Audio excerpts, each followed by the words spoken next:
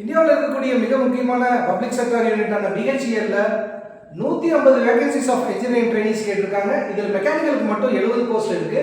Age limit வந்து பார்த்தீங்கன்னா maximum 27 years of age இருக்கணும். இதில் 2 ஸ்டேஜ் ஆஃப் எக்ஸாம் நடக்கும், written exam and interview. Written எக்ஸாமுக்கு 75% வெயிட்டேஜும், இன்டர்வியூக்கு 25% வெயிட்டேஜ் இருக்கு. சேலரி பார்த்தீங்கன்னா 12 lakhs per annum கிடைக்கும் உங்களுக்கு. இதனுடைய எக்ஸாம் ஃபீஸ் பார்த்தீங்கன்னா 1072 rupees பே பண்ணணும் for other category. SC, ST and PWD கேட்டகரிக்கு 472 rupees இருக்கு.